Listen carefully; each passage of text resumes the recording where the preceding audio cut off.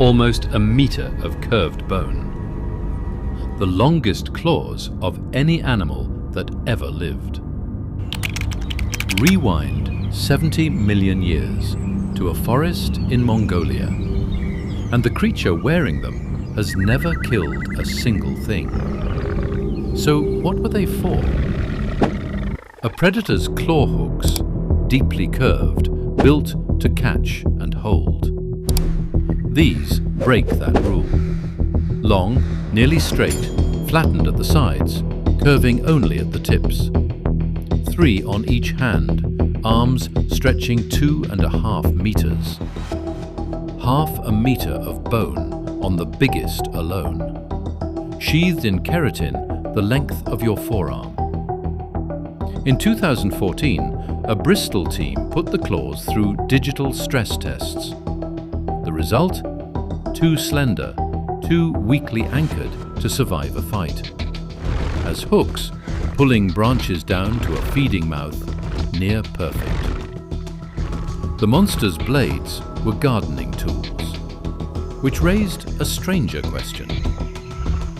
Here's the twist. This was a theropod, the same meat-eating dynasty that gave us Tyrannosaurus and Velociraptor.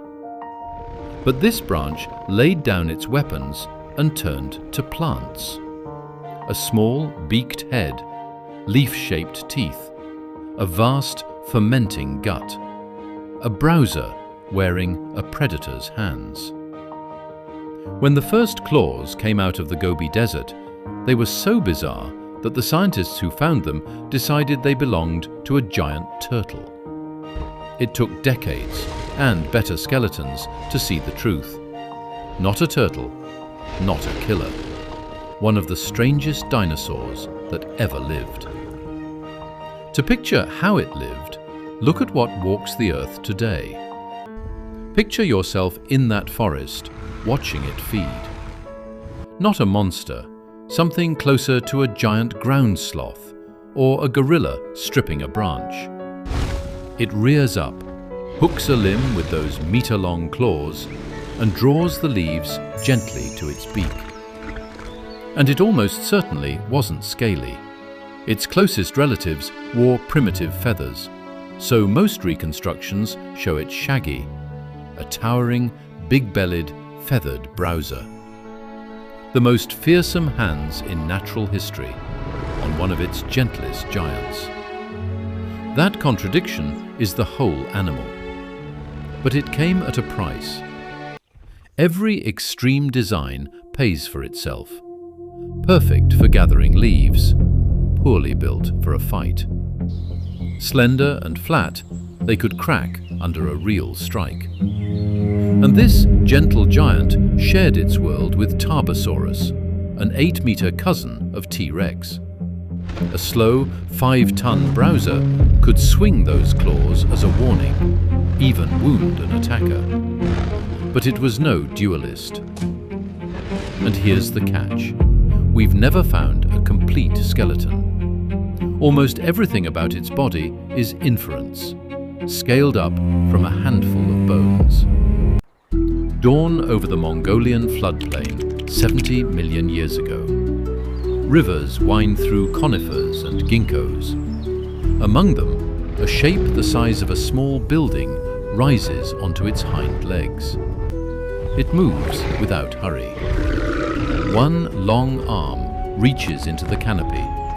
A claw curls over a branch, and with a slow, deliberate pull, the crown bends down to that small, beaked head. Leaves stripped, branch released. Feathers ripple along its neck in the morning light.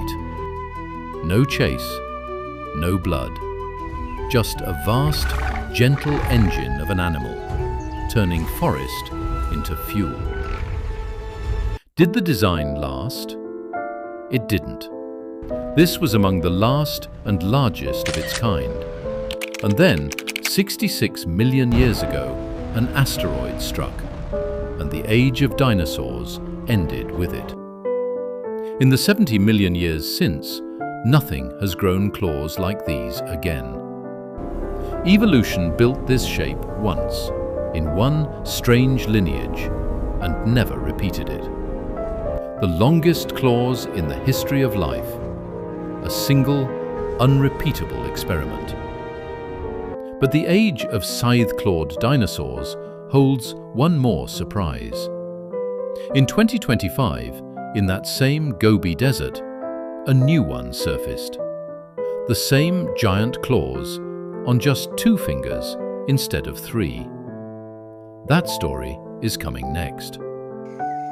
It hooked, it browsed, it vanished.